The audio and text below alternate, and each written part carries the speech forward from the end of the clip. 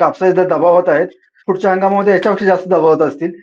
त्याच्यात दुसरं सगळ्यात मोठा घटक म्हणजे आता जो आपलं जे कॉटन कॉर्पोरेशन भारतीय जो कापूस महामंडळ आहे, त्याकडे 60 लाखापेक्षा जास्त गाठी शिल्लक आहेत.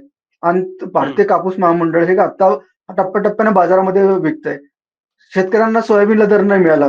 जे महाराष्ट्रातला जो बराचसा आपण जो विदर्भ मराठवाड्याचा भाग पाहिला, तर शेतकऱ्यांकडे 2 पर्याय असतात. एक तर कापूस लावायचा किंवा सोयाबीन लावायचं.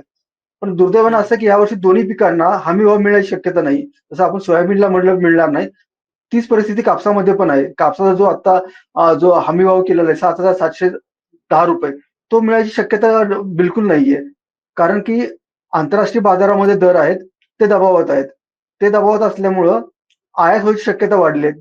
तर दुसऱ्या बाजूला डोनाल्ड ट्रम्प यांनी जे काही व्यापार युद्ध सुरू केलं, त्याच्यामुळे जे तयार कपड्याची मागणी आहे, याच्यामध्ये मोठ्या प्रमाणात घट आलेली आहे आणि अस्थिरता निर्माण झालेली आहे.